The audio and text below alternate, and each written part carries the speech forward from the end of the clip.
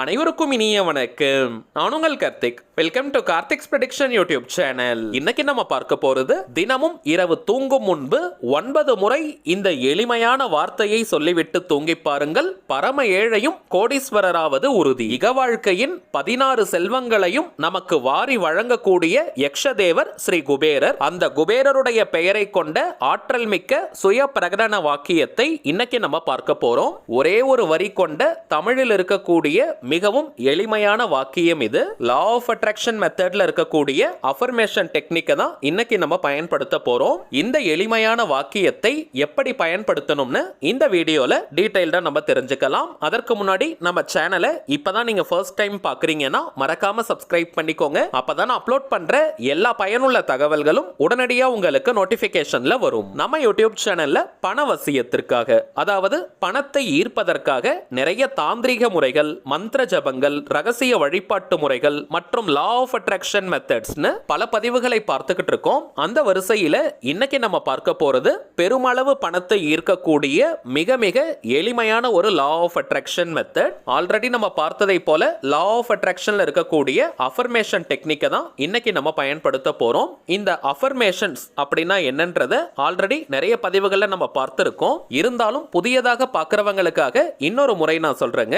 Affirmations அப்படின்னா சுய பிரகடனம் அல்லது ஆழ்மன கட்டளைகள்னு அர்த்தம். பாசிட்டிவா அதே நேரத்தில் சிம்பிளா இருக்கக்கூடிய ஒரு சென்டென்ஸை எடுத்து அதை ரிப்பீட்டடா சில முறைகள் நம்ம சொல்லிக்கிட்டே இருக்கிறதுக்கு பெயர் தாங்க இந்த அஃபர்மேஷன்ஸ். இந்த வாக்கியங்களை தொடர்ந்து நம்ம பயன்படுத்தும் பொழுது நம்முடைய ஆழ்மனதில் அந்த வாக்கியம் பதிந்து அதற்கேற்ற பலன்கள் நமக்கு கிடைக்கும். இந்த வாக்கியங்களை நம்ம பயன்படுத்தும் பொழுதே ஒரு நல்ல எனர்ஜி நமக்கு கிடைக்கும். ரொம்பவுமே பாசிட்டிவா நம்ம ஃபீல் பண்ண ஆரம்பிப்போம். நம்ம சேனல்ல நிறைய ஸ்விட்ச் வேர்ட்ஸை பார்த்திருக்கோம். அந்த ஸ்விட்ச் வேர்ட்ஸை பொறுத்த வரைக்கும் வேற எந்த ஒரு லாங்குவேஜ்லயும் அதை டிரான்ஸ்லேட் பண்ணி நம்ம யூஸ் பண்ண கூடாதுங்க. ஆனால் இந்த அஃபர்மேஷன்ஸ் பொறுத்த வரைக்கும் எந்த லாங்குவேஜ்ல வேணாலும் நம்ம டிரான்ஸ்லேட் பண்ணிக்கலாம். வாழ்க்கையின் எல்லா விதமான தேவைகளுக்குமே தனித்தனியா அஃபர்மேஷன்ஸ் வாக்கியம் இருக்குங்க. நீங்களாகவே சொந்தமாக வாக்கியத்தை கூட உருவாக்கலாம். ஆனால் நோட் பண்ண வேண்டிய ஒரே ஒரு முக்கியமான விஷயம், அந்த வாக்கியத்துல ஒரு நெகட்டிவான வார்த்தை கூட இருக்க கூடாதுங்க. ஃபுல் பாசிட்டிவான சென்டென்ஸாக இருக்கணும். அதே போல உங்களுடைய கோரிக்கைகள் நிறைவேறிட்டதை போல அல்லது நிறைவேறி கொண்டிருப்பதை போல, அட் பிரசன்ட் ரைட் நவ் அந்த கோரிக்கை நிறைவேறுவது போல வாக்கியங்கள் இருக்கணும். குறிப்பிட்ட சில வாக்கியங்கள் மட்டும் தாங்க எதிர்காலத்தில், அதாவது ஃபியூச்சர் டென்ஸ்ல இருக்கணும். மற்றபடி அனைத்து வாக்கியங்களும் கடந்த காலம் அல்லது நிகழ்காலத்தில் இருக்கணும். மேலும் இந்த அஃபர்மேஷன் வாக்கியம் பேராகிராஃப் மாதிரி வலவலன்னு இருக்க கூடாதுங்க. ஒரு லைன் அல்லது மேக்ஸிமம் 2 லைன்குள்ள இருக்கணும். இப்ப நம்ம பார்க்க போகும் இந்த ஆழ்மன கட்டளை வாக்கியம் மிகவுமே எளிமையானது, ஒரே ஒரு வரி கொண்டது.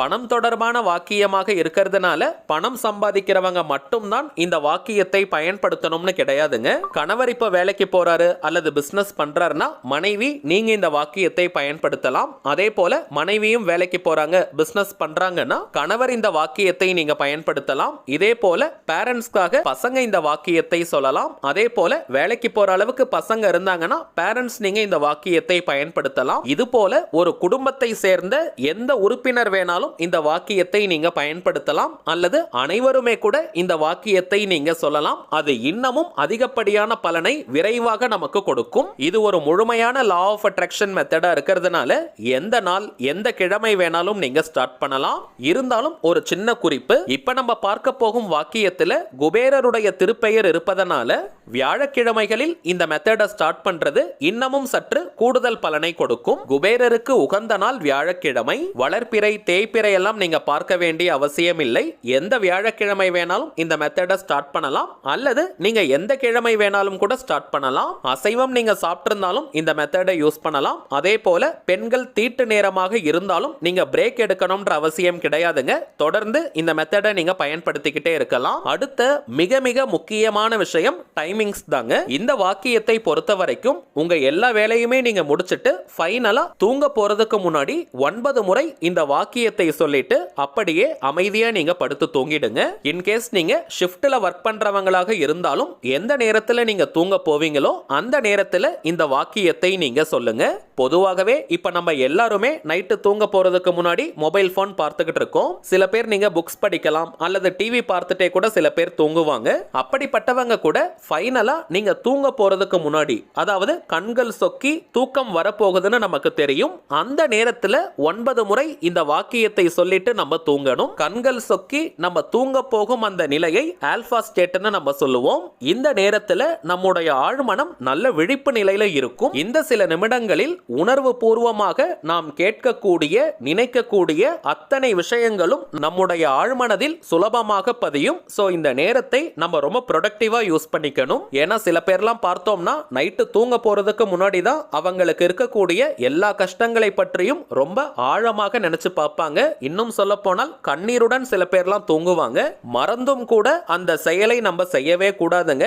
நைட்டு தூங்குறதுக்கு முன்னாடி கஷ்டத்தையே நினைச்சிட்டு படுக்கிறவங்களுக்கு வாழ்க்கை முழுவதும் புதிதாக நிறைய கஷ்டங்கள் வந்துகிட்டே இருக்கும். நம்முடைய ஆழ்மனதிற்கு, அதாவது சப்கான்ஷியஸ் மைண்டுக்கு ஒரு தன்மை இருக்குங்க. அது என்னன்னு பார்த்தீங்கன்னா, நல்லது எது கெட்டது எதுன்னு அதனால் பகுத்தறிஞ்சு பார்க்க முடியாது. நம்முடைய மேல் மனதால் இதை அறிய முடியும். ஆனால் ஆழ்மனதால் எது நல்லது கெட்டதுன்னு பிரிச்சு பார்க்க தெரியாதுங்க. அதில் பதியக்கூடிய எந்த ஒரு விஷயமாக இருந்தாலும் அது நம்முடைய வாழ்க்கையில் நடந்தே தீரும். அதனால அதிகமான கஷ்டங்கள் சோகங்களை நாம் ஆழமாக நினைக்கும் பொழுது நம்முடைய ஆழ்மனதில் அது பதிந்து அதற்கு ஏற்ற நிறைய சந்தர்ப்பங்களையும் சூழ்நிலைகளையும் அது உருவாக்கி கொடுத்துக்கிட்டே இருக்கும். சோ நைட்டு தூங்க போறதுக்கு முன்னாடி இருக்கக்கூடிய அந்த நேரம், அதே போல காலையில் நாம் தூங்கி எழுந்தவுடன் இருக்கக்கூடிய சில நிமிடங்கள், அதாவது நம்முடைய தூக்கம் முழுவதுமாக களைவதற்குள்ளாக இருக்கக்கூடிய நேரம், இந்த ரெண்டு டைமிங்ஸையுமே ரொம்ப ப்ராப்பரா நம்ம யூஸ் பண்ணிக்கணும். அப்படி நாம் செய்தாலே போதும், தினம் தினம் நம்முடைய வாழ்க்கையில் அதிசயங்களும் அற்புதங்களும் நடந்துகிட்டே இருக்கும். அதனால தாங்க இப்ப நம்ம பார்க்க போகும் வாக்கியத்தை நைட்டு நீங்க ஃபைனலா தூங்க போறதுக்கு முன்னாடி சொல்லுங்க. இந்த வாக்கியத்தை சொன்னதற்கு பிறகு திரும்பவும் நீங்க மொபைல் எடுத்து பார்க்கறதோ அல்லது டிவி பார்க்கறது, பக்கத்துல இருக்கிறவங்க கிட்ட பேசுறது அல்லது புக்ஸ் படிக்கிறதுன்னு எந்த விதமான ஆக்டிவிட்டீஸ்லயும் நம்ம ஈடுபடக்கூடாதுங்க. கண்கள் சொக்கும் நேரத்துல 9 முறை இந்த வாக்கியத்தை சொல்லிட்டு அமைதியா படுத்து தூங்கிடுங்க. குறைந்தபட்சம் 48 நாளைக்கு 48 டேஸ்க்கு இந்த மெத்தடை கண்டினியூஸா நீங்க ஃபாலோ பண்ணுங்க. நடுவுல ஒரு நாள் கூட நீங்க பிரேக் எடுக்காதீங்க. தவிர்க்கவே முடியாத காரணத்தினால நடுவுல ஒரு நாள் அல்லது 2 நாள் நீங்க பிரேக் எடுத்துட்டீங்கன்னா கவலைப்படாதீங்க. டோட்டலா 48 டேஸ்க்கு நீங்க கம்ப்ளீட் பண்ற மாதிரி பார்த்துக்கோங்க. அதற்கு பிறகும் இந்த மெத்தடை நீங்க ஃபாலோ பண்ணலாம். லைஃப் லாங் இந்த மெத்தடை நம்ம யூஸ் பண்ணலாம். 48 நாளைக்கு பிறகு நடுவுல எப்ப வேணாலும் நீங்க பிரேக் எடுத்துக்கலாம். இந்த வாக்கியத்தை வாய் விட்டும் நீங்க சொல்லலாம் அல்லது மனதுக்குள்ளேயும் நீங்க சொல்லிக்கலாம். வாய் விட்டு சொல்றவங்க கொஞ்சம் பொறுமையா மென்மையா நீங்க சொல்லுங்க. 9 முறை மட்டும் தான் இந்த வாக்கியத்தை நம்ம சொல்ல போறோம். அதனால உணர்வு பூர்வமாக உணர்ந்து பொறுமையா நீங்க சொல்லுங்க. என்ஜாய் பண்ணி இந்த வாக்கியத்தை நம்ம சொல்லணும். சரி வாங்க, நாம் சொல்ல வேண்டிய ஆற்றல் மிக்க அந்த வார்த்தை என்னன்றத பார்க்கலாம். இப்ப நம்ம டிஸ்பிளேல கூட தெரியுது பாருங்க. நான் குபேரபுரியில் இருக்கின்றேன். நான் குபேரபுரியில் இருக்கின்றேன். நான் குபேரபுரியில் இருக்கின்றேன். அவ்வளவுதாங்க. மிக மிக எளிமையான அதீத சக்தி வாய்ந்த வாக்கியம் இது. குபேர அப்படின்ற வார்த்தையை நாம் சொன்னாலே 16 செல்வங்களும் நம்மை தேடி வரும். நான் குபேரபுரியில் இருக்கின்றேன் அப்படின்னு நீங்க சொல்லும் பொழுதே 16 செல்வங்களும் உங்க வீட்டில் இருப்பதாக அர்த்தம். முழு நம்பிக்கையுடன் இப்ப நம்ம பார்த்ததை போல 48 நாளைக்கு தொடர்ந்து நீங்க சொல்லி பாருங்க. இந்த மெத்தடை ஸ்டார்ட் பண்ண அடுத்த சில நாட்களிலேயே பணவரவில் பிரம்மாண்டமான முன்னேற்றம் ஏற்படுவது உறுதி. சரிங்க, அவ்வளவுதான் இந்த பதிவு. நிச்சயமா உங்களுக்கு பயனுள்ளதா இருந்திருக்கும்னு நினைக்கிறேன். மேலும் இந்த வீடியோ உங்களுக்கு பிடிச்சிருந்தா மறக்காம லைக் பண்ணுங்க. நம்ம சேனலையும் சப்ஸ்கிரைப் பண்ணிக்கோங்க. தேவைப்பட்டுச்சுன்னா உங்க ஃப்ரெண்ட்ஸ் அண்ட் ஃபேமிலிக்கும் இந்த வீடியோவை ஷேர் பண்ணுங்க. அடுத்ததா இன்னொரு முக்கியமான தலைப்போட நான் உங்களை சந்திக்கிறேன். என்றும் அன்புடன் கார்த்திக். நன்றி.